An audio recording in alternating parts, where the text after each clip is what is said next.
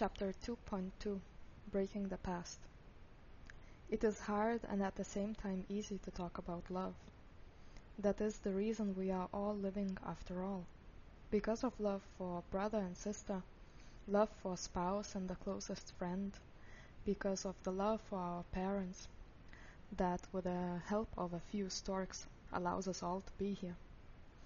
When we do love rituals, we commemorate that exact symbolic beginning when 2 or 3 or 4 people feel that they have so much power within themselves that they promise, out of love for themselves and the other, to carry mountains to the other side of the river if it is needed in order to be safe and protected as a family. Not many people are willing to carry such weights free willingly only for themselves. But every devoted couple will witness that it is actually a complete trifle to carry mountains when they go on in life together. Love, coupled with a determination to go life's path together, is capable of igniting new stars in the sky, changing the direction of a river stream, and giving birth to a human being. What for one person is an immensely hard march reveals itself to be an inspiring and adventurous journey when 2 or 3 or 4 meet and face it together. Subchapter: Sweet Dreams.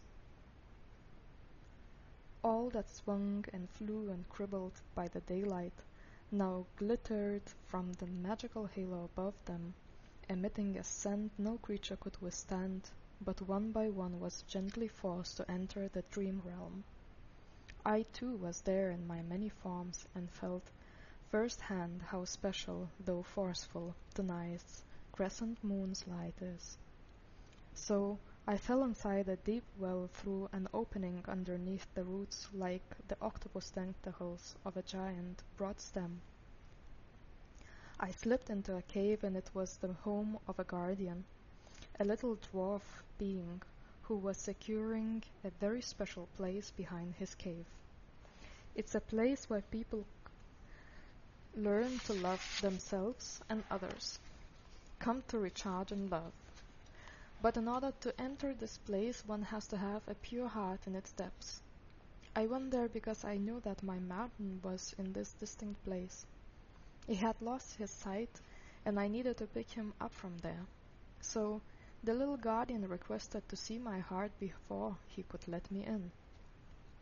He had a scepter with a green shining drop-like crystal on top of it. He touched the middle of my chest with the tip of his crystal, and I could physically open my chest with my fingers. The bright light shone out of my open chest. The dwarf was obviously surprised to see it, and just said, "Wow, come in," inviting me with his hand gestures, obviously in admiration and pleasure at the sight. I went in and found an open field with 2 wooden houses in it and 2 directions to go. One direction was meant for those who want to learn to love themselves, the second for those learning to love others. I knew he was in the first house, so I went in the, in quotes, love for oneself direction. The house was lit with warm lights from inside. People were dancing, submerged in joyful feelings, rejuvenating while feeling their relatedness to others, but so relieved, as if they'd just lost all of their burdens. He was sitting on the couch by the wall, calm and quiet. He wasn't seeing anything happening in front of him. He did not want to go with me immediately, so I stayed sitting with him. I remember feeling sadness seeing him unable to enjoy the elated atmosphere around him, motionless like a mountain rock. He will receive his sight, the inner sight, back when he leaves the job and the circumstances he put himself into. But by staying on the engraved path, he shall be learning self-love. The vision will come back only after a certain degree of love for himself is established. Till then, I will wait by his side. I can show him the way, but he needs to be willing to walk it all by himself at last, leaving the old walks of life open for completely inexperienced ones. The scenery switches and I find myself walking towards him. He is waiting for me outside a few buildings, in natural surroundings. He is so happy to see me. He wanted to show me 2 flats that he owns, where I could move in. They are in separate buildings, standing one beside the other. The first is painted in bright colors from the outside, all radiating joy, and the other is much simpler, overgrown with wild plants, grey walls visible behind them. We went into the first flat. It was full of light entering the rooms through clear, big windows. Everything was so harmonious and calm. I felt welcome there. I felt happy being offered such a beautiful space and immediately just wanted to stay. But he most definitely also wanted to show me the second house that he owned. It was in the basement of the grey building, full of dust and old furniture, with dim light coming through small windows situated close to the ceiling. Even the air was not clear to see through. It looked abandoned, messy and dark. Most definitely not cozy to be in. Telling me he needed to go to the dentist in the third building, close by, he asked me to wait for him there. And then he just left. I assumed that when he came back, we would move to the first flat together then without spending more time here. But I also felt clearly that it might take some time for him to return. I turned around and took a closer look at the flat. In the kitchen there were lots of fruits and vegetables, a lovely gesture showing care towards me. 2 little cats appeared in the room soon after, which really made my day go brighter. They were running through the flat chasing each other. Such goofballs. And I, as the understanding that I really needed to stay here waiting, sunk deeper into my awareness, I went to that messy kitchen and started preparing a hot cocoa for myself, hoping for some comforting melodiousness in taste for my body and my heart. Then I lay on a couch in the dusty old room, slurping the hot goodness from the mug in my hands. The male cat immediately situated himself on my chest, beaming the healing purr directly towards my confused inner self. Within a few moments, I found myself dreaming again. Eyes wide open, I lay in our Tuscan holiday apartment bed. He's already falling asleep, or maybe dreaming away just like me. I see him walking through a sunny, richy, green, forested Italian landscape, thick grass providing a path. It's hilly here.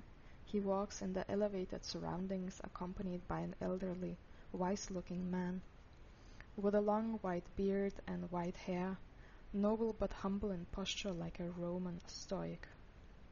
The picture of a man who spent his life practicing virtue. The elderly man is taking him somewhere. He had a goal, a plan laid out in his mind related to guiding the young and inexperienced one on his journey. In the air in front of the hill they were walking down, a magnificent floating structure was visible. A tall white building, Gothic in style, with sharp, steep rooftops. Inside, there were many young people. I knew that only people who had been personally given access could enter this place, so I couldn't walk in even if I wanted to. I just watched what was inside with a kind of a remote view. It felt like a school for magic. The interior reminded me of a library. Dim yellow light entered the wide spaces, and high ceilings enhanced the impression of Gothic church-like style. Everyone there was studying books or learning in other ways. The elderly man had taken him to a sort of school, which was also a time loop. On our earthly plane, we live day by day, hour by hour, and the centuries pass one after another. In that building, there was no such time. Rather, there was a space in between the timelines. One can enter it, but cannot leave until the aimed level of wisdom is achieved. Maybe it is a school meant To refresh the memories of what was already learned, I thought to myself. Inside the floating time loop is all the knowledge one ever gathered. The parallel space keeps the students swallowed until they are ready again to apply the once lost wisdom and grace. Until then, one is more like an infant learning to walk in comparison to the abilities once possessed. I lay on a grassy slope at the edge of the path leading to the forest, leaving behind the floating school of magic remembrance. I knew I could not enter it, but I did not need such education either. I have gotten my share of memories back anyway. I just wanted to wait until he was finished so that I could go to the forest path awaiting me with him. Until then, I decided to spend time relaxing, enjoying the sunny weather, and traveling with my mind to the otherworldly places I know do exist. I didn't want to go the way alone and felt it was worth waiting, even though so much excitement was remaining undiscovered, even though it was so accessible to me, calling me to take the first steps. Or was there someone else I was waiting for? Subchapter: My Little Self. A very special feeling stayed with me after waking up, as if I have visited another world. I walked and breathed now with a feeling of falling in love. I do not fall asleep fast at night, but instead feel the intensity growing. It brings visions, feelings, sensations. It's expanding. And it gives me peace from time to time as well. A very serene peace, but at other times the feeling is hard to hold and my body resists. I feel I do not have enough space in me to embrace its vastness. In that resistance, I understand that I unwillingly search for an object or a person with whom I could fall in love, so that I could project my feelings onto someone or something outside of myself again. I feel if I could do it, I would lose that resistance in my body, gain lust, let the guard down, and all that is now bubbling inside of me would slip through my fingers. I would not be in charge of it, control it, or guide it anymore. I would literally take my heart out of my chest and give it away. But that is not the case now. I am falling in love. It is intense, and there is no subject for my feelings. The longer it stays so in me, the wider it gets. I am confused and feel deeply, deeper than I have ever felt before. There is a mixture of feelings, where love and deep sympathy have a touch of sadness and where joy coexists with anxiety. And at the same time, my heart tells me that something wonderful is coming my way. It needs to grow a while, though, but then it will reach something that intuitively feels like a blossom. And this time I am not just imagining a beautiful outcome. This I have already imagined. I wonder if I don't let my love escape me and allow it to flourish. Maybe the falling in love will evolve into falling in love with my own life again, loving the people that I encounter, loving the days to come, each of them as a gift sent by God to create and spread beauty. I wonder what hates it would bring to me. And like a person who has just fallen in love with someone, I wish to love the world around me and the people I meet just like this, where small things are not annoying anymore, and the faults are easily forgiven and forgotten, even seen as silly little things that make a person an individual. I wish to fall in love like that with all of the creation, including myself. Why is it so hard to fall in love with my own self? Why does it take falling in love with the whole world and the life surrounding me to make me see that I am also a part of it? Love should not exclude. It is unnecessary. But I don't accept it somehow. I wanted to know what it means to truly see all-encompassing beauty in me, The answer presented itself in the form of a fallen broken tree lying in the forest, being slowly grown over by the plants, moss and mushrooms as it is decayed. The tree is giving its life energy for others' new beginnings. I am one of them, and I am part of nature. That's what's natural, no matter the age nor gender or facial features. Therefore, I am beautiful, in the same way everything is. It is the same kind of firm fact as saying I inhabit a human body. Beauty is our inner born-in quality because we are created out of love. Universal love. Beauty is always there, but to see something as beautiful takes acceptance. It takes seeing something as it truly is. Devastating sadness overcomes my heart as the pendulum swings towards its opposite, sorrow of a lost love. How am I able to cry about the love that I have lost, that I have actually never found? Is the feeling of never having it in my life exactly the same as having found it once and losing it again? Losing a person I admired so much that I would have swept mountains out from under his feet. Is it something we should outgrow as humans, or our spiritual journey? Or is the intensity of the whole spectrum of feelings the human soul can perceive intrinsically bound to it? If I can't fly high, I would rather dive deep. Just wandering on the surface will never enrich me as much as the light, gracious flight of a bird or the pressure of deep lake water over my being. I'd rather dive deep and feel the pressure than walk the surface. How come I am moaning about lost love? Is there again a deep memory, unseen but felt, reminding me of the things I once cherished? The feeling of loss is caused by the distance appearing after moments of intimacy and union. Not being able to come close to the man I love hurts. Not being able to send my true words to the hearts that care for me hurts. Letting go of the past hurts. Accepting it to be exactly as it is and seeing the need for its existence doesn't really take away the pain either. It is the pain that reminds me of the things that are ultimately mine and that I know deep inside my heart belongs to me as well. The only way to make a good decision is to make it out of the space of love and peace nesting in my heart. Wait until peace comes down on my thoughts. Wait and being still, action absent. Just wait. While waiting, I do not waste my time and look closely with my cosmic eye, so that I do not miss that state of peace coming for a visit.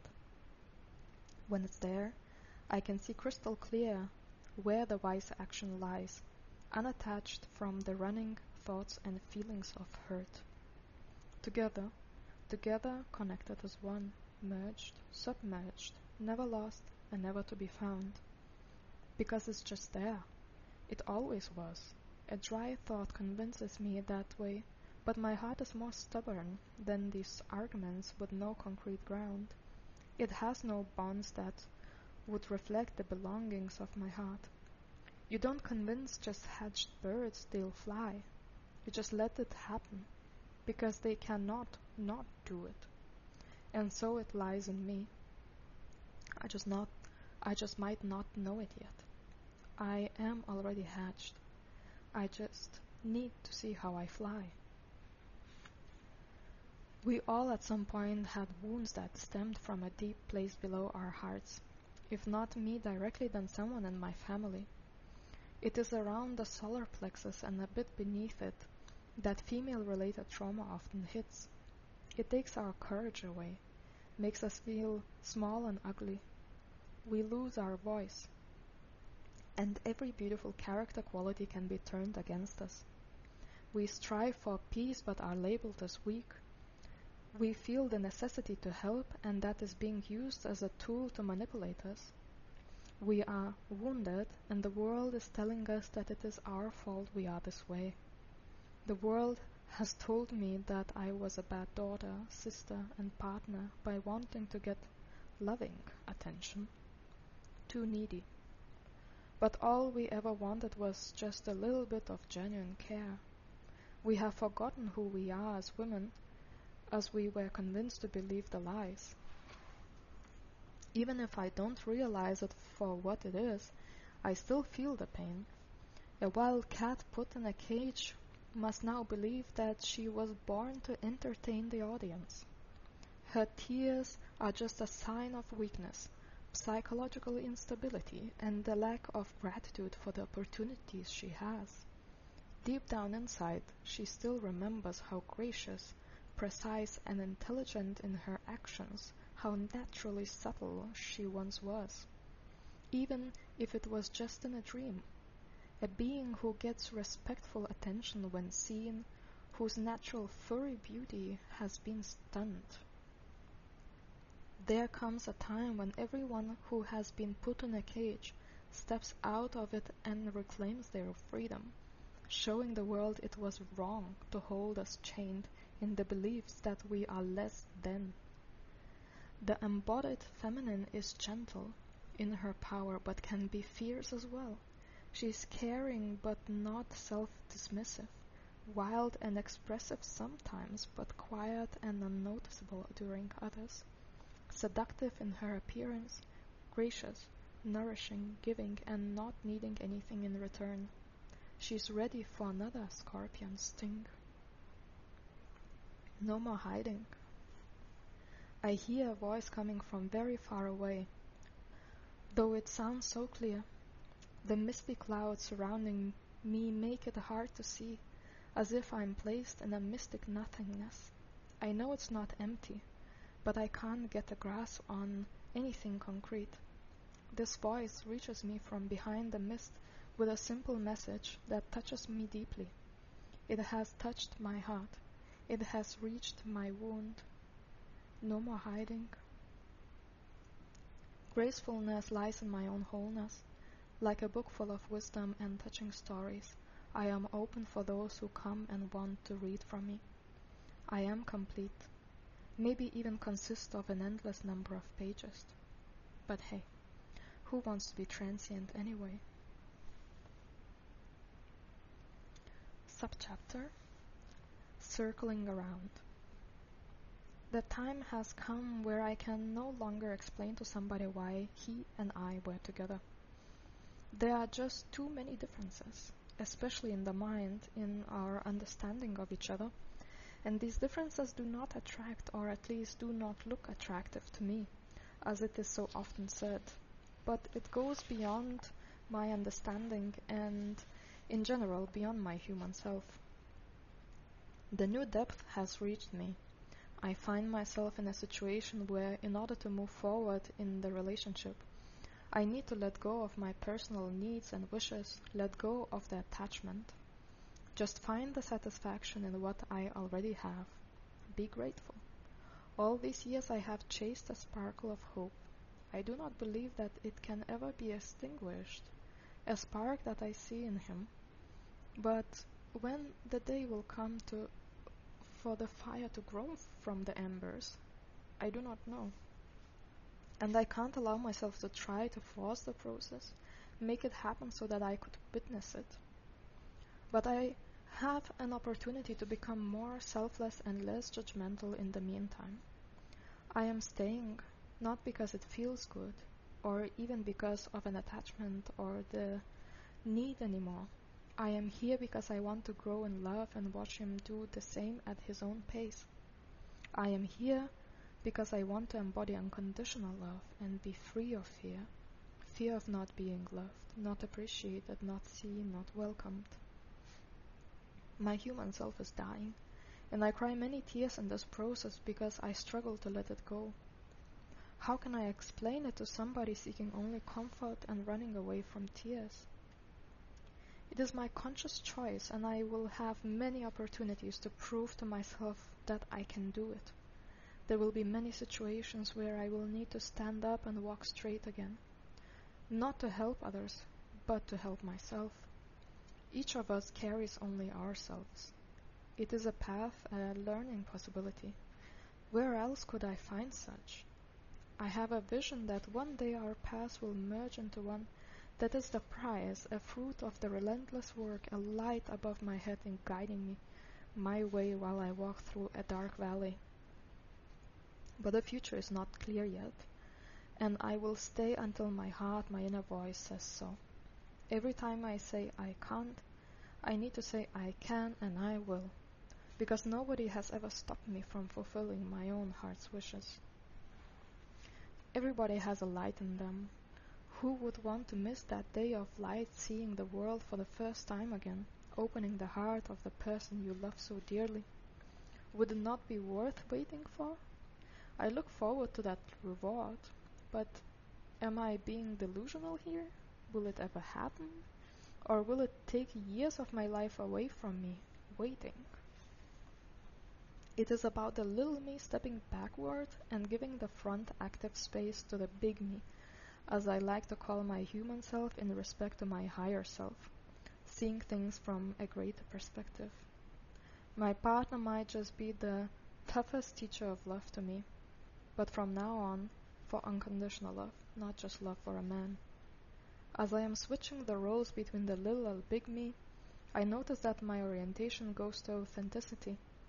I express myself to the outside as I really am inside. No critique, insults, sarcasm, jokes, or bitterness is allowed to influence my true self-expression anymore. Now they are my teachers of compassion and discipline of the mind. I free myself from the wish to change or influence the other by force. It is up to him to be influenced and make changes or resist them. That frees me from the fear of losing a person. Free choice can't be blamed but only respected. I have a duty, a responsibility towards myself. I feel I have betrayed my true self many, many times before. Every time I allowed my light to be dimmed by some spoken or unspoken words, I betrayed myself in a way. I put myself in the second place of my own life. Isn't it a pity? To be pushed out of my own movie instead of playing the main role in it. Little me is screaming out of pain, creating emotional drama and turmoil. I feel it kills me, literally. It takes my life force away. I write it down as a reminder to myself for when it is the hardest for me to remember. For when I am hit in the back of my knees and fall to the ground struggling to stand up again. And as a reminder for those who, just like me, still want to stand up again. All I need to do now is manifest, embody the solution. It was one of the first ceremonies during my initiation process in Peru. My first diet with the enlightened tree spirit Rao had just begun. I told her about my deepest wishes, also of my intensely felt need to live a gentle, fulfilling love relationship, full of respect and mutual affection. I wished that we perfectly fit each other's team, seeking the same goals in life and creating more than each of us could do individually. In that ceremony, I saw a man in front of me as if we were lying on perfectly clean white beddings, facing each other. I saw the appreciation in his eyes, true gratitude for having me in his life. I felt loved, seen, and fully accepted I was that day. Warmth in my heart spread itself into the feeling of truly being alive. He had light brown, short-cut hair with the same colored beard around his mouth and chin, but not under the ears nor on the upper chin. He looked around 40 years old. His face radiated health. In the vision shown to me, he also went through some cleaning process, but that was short and did not affect the other qualities revealed to me. It was like a promise from the spirit world that what I want is what I will get. It is not too much to ask, and I am worthy of living that life. I had projected my current boyfriend's personality onto my vision. I thought maybe it's him at a bit older age, already full of health and love in his heart for me, being grateful that I waited for him all these years and never lost hope. In my heart I knew that I was not shown this particular explanation, but I hoped for it to be true and clung to this belief for the next whole year. I was very attached to him at that time. It hurt me even to imagine distancing myself from him or completely letting him go, if that was according to the divine plan. It took guts to say silently inside myself, "Guides, protectors, teachers of the different realms, please show me how to live a relationship free of attachment. Please help me lose the attachment once and for all." And it felt like a water bomb has dropped onto my head. What I just sent, I will not be able to take back. They received my permission and acted on it right away. Attachment goes along with fear. Shaking my fears off hurt. The shiver comes from within my cells, and even the body needs to rearrange itself after each iteration. I started getting signs from tarot readings, channeled information, and books that came to my hands that maybe there is someone somewhere living in this world perfectly suited to me in this time of my life just as I am, a fulfillment bringing fit to this person. And maybe there is even a peaceful solution to this whole situation and no heart needs to bleed in the end. Friends slowly started telling me that it might be the time for me to leave the relationship. I didn't want to hear it though. I preferred avoiding being at home so that the tension would not have an opportunity to rise over leaving the relationship. The oracle reader said we will spend our lives together, and so much of what she had said had already come true. My mind just could not grasp the idea of not being by his side, even though it hurt so much that I could barely stand it any longer. I came back from Peru after finishing my master plan diet, and in a few months the fire in my heart was extinguished within a few moments on one peculiar evening that stayed firmly ingrained in my memory. Deep love, a soul-to-soul connection, was still there, but the directly linked passion towards him was gone, like after snapping the fingers. My mind came to peace at last a whole year later.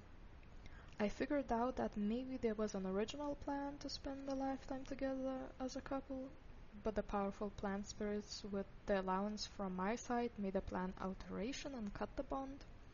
My mind, so proud of her stubbornness to hold beyond her own limitations, at last understood that an enlightened being has the power to change destinies, and that is what Nara did in erasing the love I had for him in my heart. At least this kind of thinking empowered me to ultimately let this phase of my life go. I cry within myself, but it's healthier this way.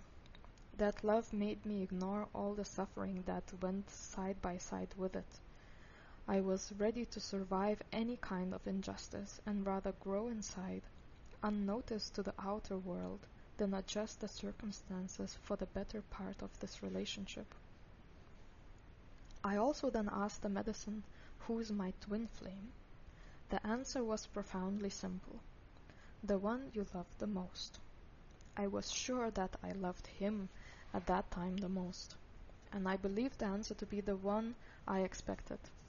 But as time passed by, I realized more and more that the answer I was given was way deeper and I took it to be. That it was essentially timeless, and I might just love deeper and more in the times relentlessly rushing towards me, greeting me from afar, giving me hints of what might be ahead of me. Now, as I can compare it, I would say that attachment is a torture in itself.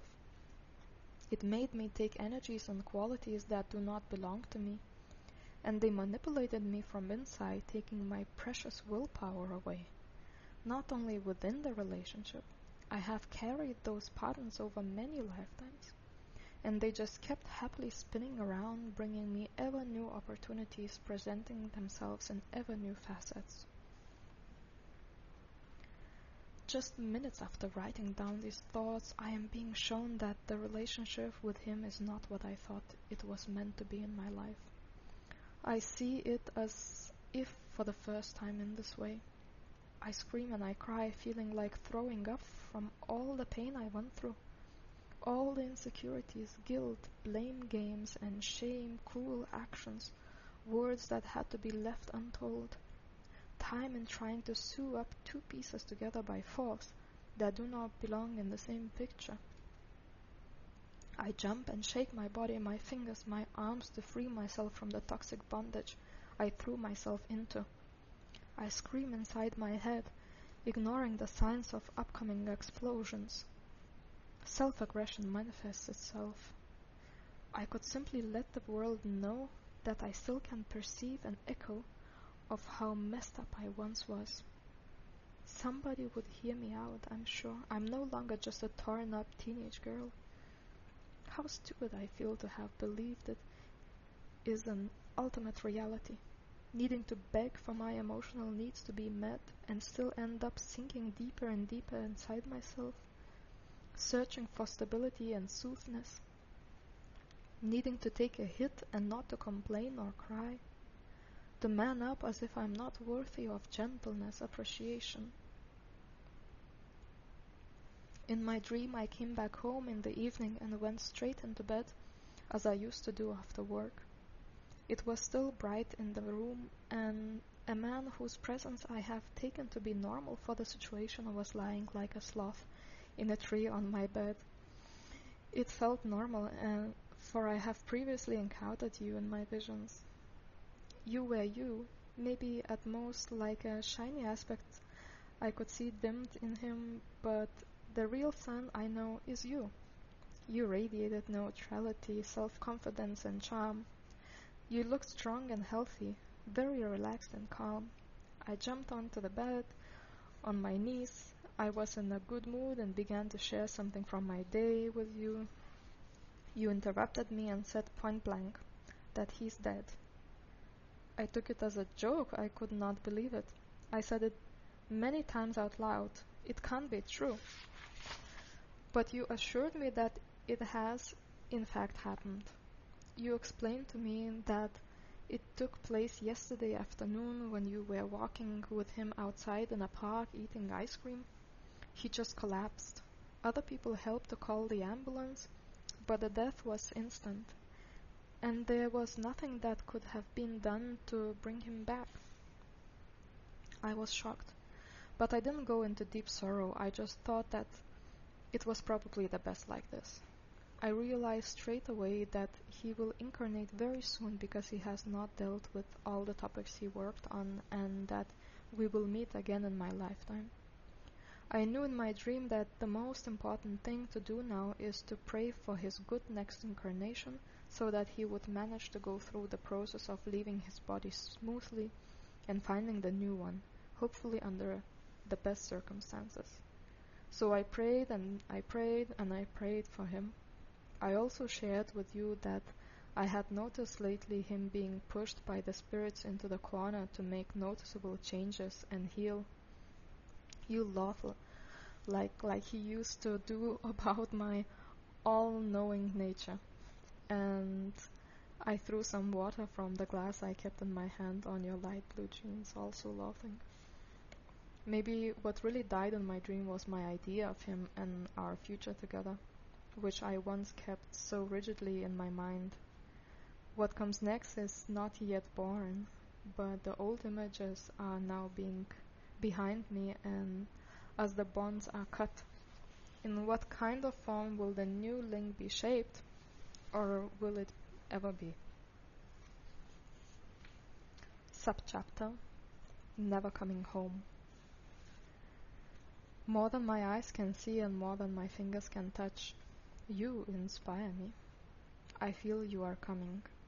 I saw you not only in my visions but also in my sleeping dreams long before I was aware of the possible common future. I see your eyes glancing onto me while I'm asleep. You would stand still in a crowd of people moving in all directions, focusing lovingly only on me. I feel completely and utterly seen by you, accepted, appreciated, loved, and I could not hide my secrets from you even if I wanted to. You see through me. Or do you just recognize yourself in me? No one else has ever looked at me this way. Your participation empowers our bond and the mutual wish to see each other during daylight. I saw no encouragement to follow my wildest dreams. So I felt until walking in the August blast forest. I saw you approaching me. You stayed a while and then you left, not wanting to confuse me. But I kept asking for your presence and on those walks, and you kept coming. We walked and dreamed together in the peaceful natural surroundings. We visualized how it will be when we meet and the time after. I hope you perceived this interaction just as I did, so that you wouldn't have felt lost or alone when the happiest times of our lives are just around the corner. I wish I could be as patient as you. I know I will not want to rush any second when we are together, but for now I still have to find that satisfaction holding only myself by the hand. My vision, I see myself in you, flawless, shiny, light. I have prepared myself over the years and the lifetimes to see this picture of myself. It wasn't always easy, and I needed to get dirty to get clean again. What a rich journey into this wild and dangerous jungle called life. I am happy to have found a clear mirror again. A small town was flooded with water. I was walking in the stream through the wide streets, the water reaching my knees. Rich nature was surrounding this area. A lot of light was coming through high trees to the streets. It was a sunny day with a clear blue sky. In a peculiar way, it felt like buildings in this town were in their right places. The water current was relatively strong, and I wanted to step out of it for a while. I sat on a wall beside the stairs leading up to some neoclassicism-style building. I was observing the surroundings from a bit of a, in quotes, heightened perspective. I saw an elderly woman walking slowly and confidently in the waters I wanted to escape from. She turned to me and said, "You should watch out sitting so high. You're going to provoke the rising of your kundalini." I didn't understand why I should watch out, because I assumed kundalini's rising is something very positive to experience and explore. And why did she have that teasing tone in her voice and a half-shown, half-hidden smile on her face? She turned around then and walked towards the place in the woods where the water flooding the street was running down in a strong rush, creating what I assumed to be a waterfall. The elderly woman slowly but steadily was going down the voluminous current. The elderly woman in my dream just might be my future self, so I was wisely told. An old wise woman whose calmness seems unshakable, whose steadiness is stronger than the current surrounding her. She fascinates me. I started observing how I am actually stepping back from the situations with a, in quotes, strong current, and returning to a very light state, being somewhat detached instead. It's nice to be above the situation, but the possibility of not even having the necessity to step out of it intrigues me even more now. I wanted to own her unshakable steps, to be that power center. I wanted her steadiness. And so I continued observing myself swimming in the deep and murky waters of life. Thanks to this rich in wisdom dream, I dared to challenge myself and stayed low when it was getting obviously muddy. I found more and more strength in doing this over time. I felt more and more comfortable and relaxed in situations dominated by heavier feelings, influences, or emotions. I wanted to become her and didn't see a reason in waiting till I reached old age. If I am meant to achieve that state of self-confidence, well, why postpone it and lose precious time while not having it? I visualize my dream in certain situations to check with myself where I am at. Am I escaping the strong current again? Am I in the water being shaky or moving confidently? Once, during such visualization, I noticed the older version of me stretching her arm towards me as if inviting me to take her hand. I stretched out mine and took hers, and she started walking down the waterfall, leading me confidently with the stream. I felt ready and was eager to take the step. As we went down, falling water was hitting my back, and I got worried about its weight and my ability to breathe. But I was calmed down from inside and guided to imagine this water massaging my back, as if we're in a spa, whereas my body was being kept firm and relaxed at the same time. I was able to relax even more when I realized that because of the water hitting my back, there was an air bubble building up in front of me that allowed me unhindered breathing. What I saw below in the darkness blew my mind. It surprised me because I had expected something very challenging, as where we were going was situated in a mysterious, hidden, shadowy place. But what I saw was a man's hand reaching again towards me and a smiling face. A man I already saw in my visions. Felt your warming presence. I took your hand and you kissed mine, greeting me gently. Later moments were flushed with the pictures of the possible futures. I guess there are more of those waterfalls representing the aspects of my life or its turns, and I was shown just one out of many. In my dream I was scared and could not even think of going down. It seemed too much of a struggle, too big of a challenge. But to my surprise, it did not represent the challenge itself, but a growth needed for me to accomplish in order to reach what's below the stream. No struggle is left unpaid. Learning lessons and overcoming our own limitations has a sweet side effect. A gift at the end of each phase, a rainbow appearing in front of a waterfall, something that just wasn't there before. In quotes, for once in your life, just don't do anything. Quotes end. I've heard your voice with my inner ear. Quotes, allow the universe to arrange our bright future for us. End of quotes. Beginning of quotes. There was once a situation where I needed to go shopping for a friend and she got hit by a car while walking back home earlier than usual. I've spent a lot of time thinking if I did the right thing by agreeing to do that favor for her. If she hadn't asked me or I hadn't agreed, then she wouldn't have been in another place at the time of the accident. Luckily, she recovered very soon, but I kept asking this question. What if a different decision could drastically shift the course of events that happen? If I had really just listened to my heart to hear what's right to do in that situation. When I look back, I see that there were no loud alarms ringing when she asked me to do her a favor, but I remember thinking that my friend looked stressed and a bit anxious. It looked like she really needed it to take things slow. Instead of just checking the things on her to-do list, she could really have used an afternoon of slow, self-indulgent shopping.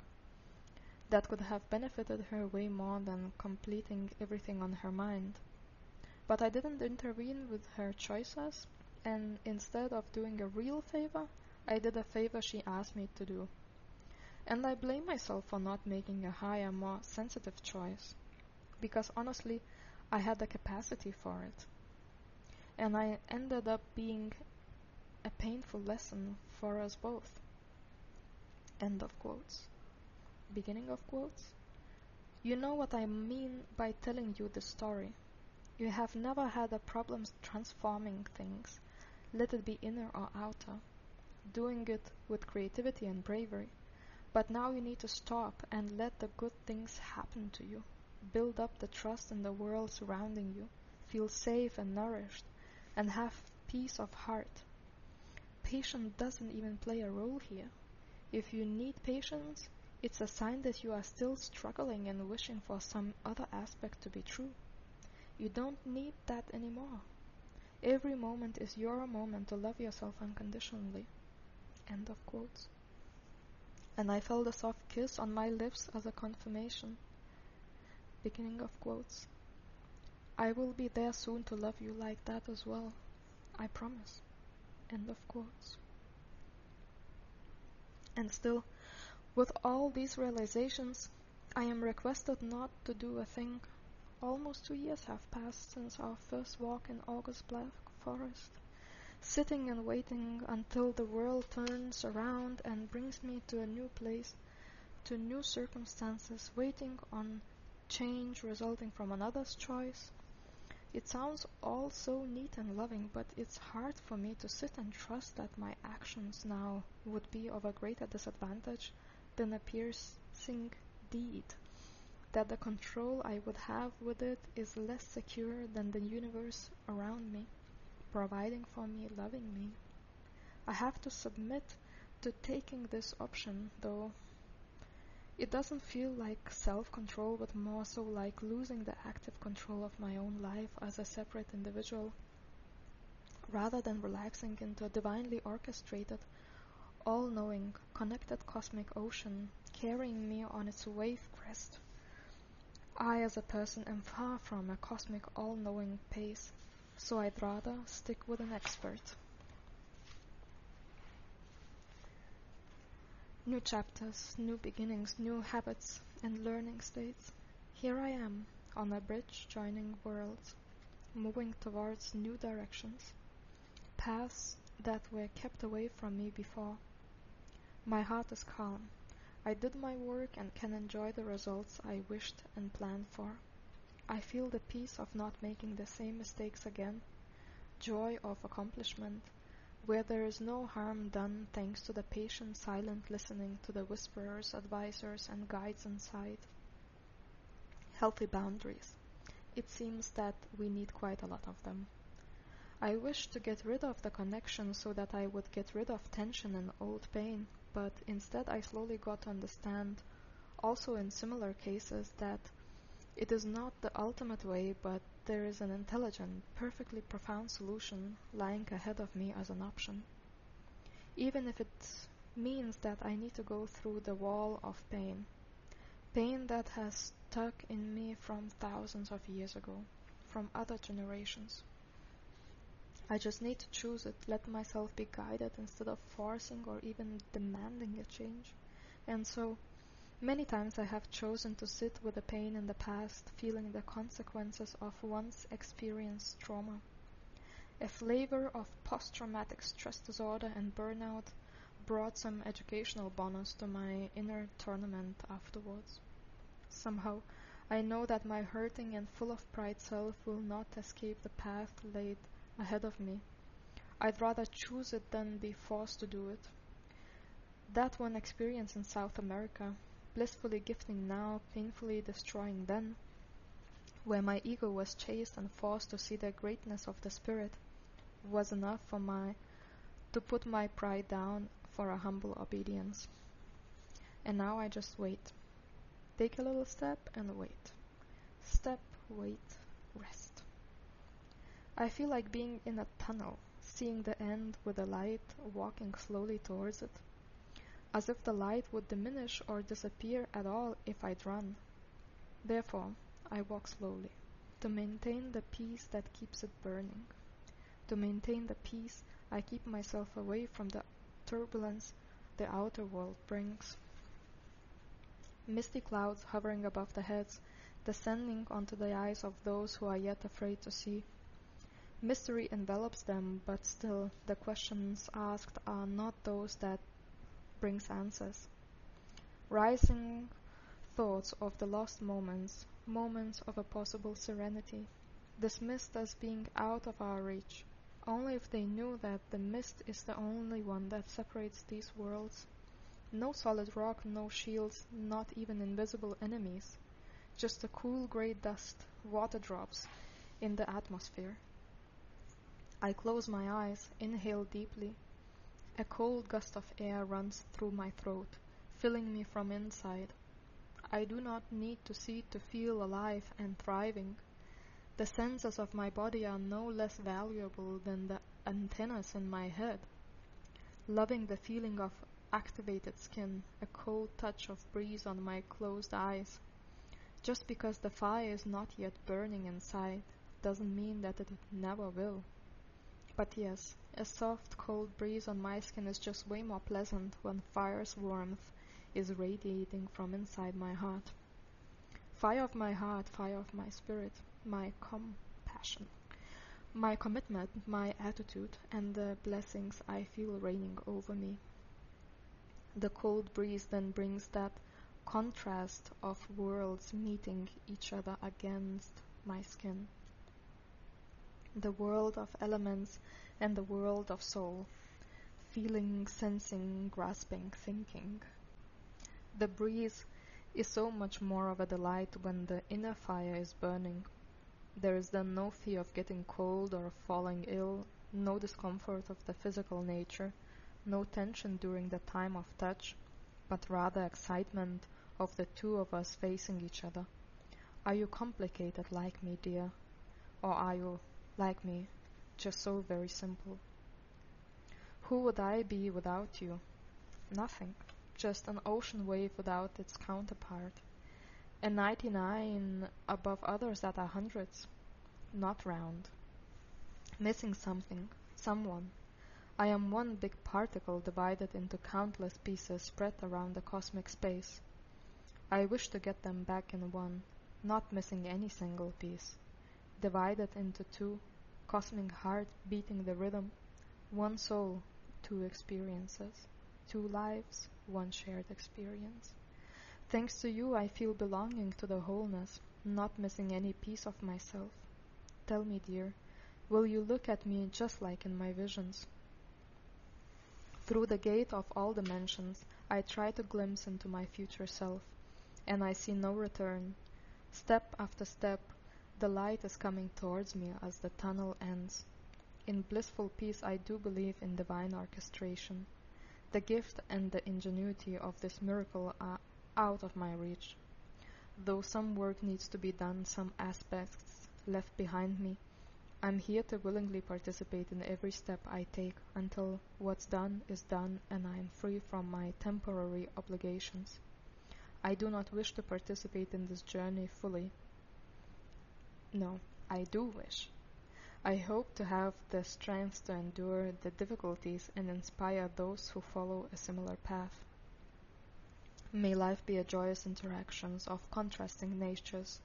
May peace be found accompanying ourselves.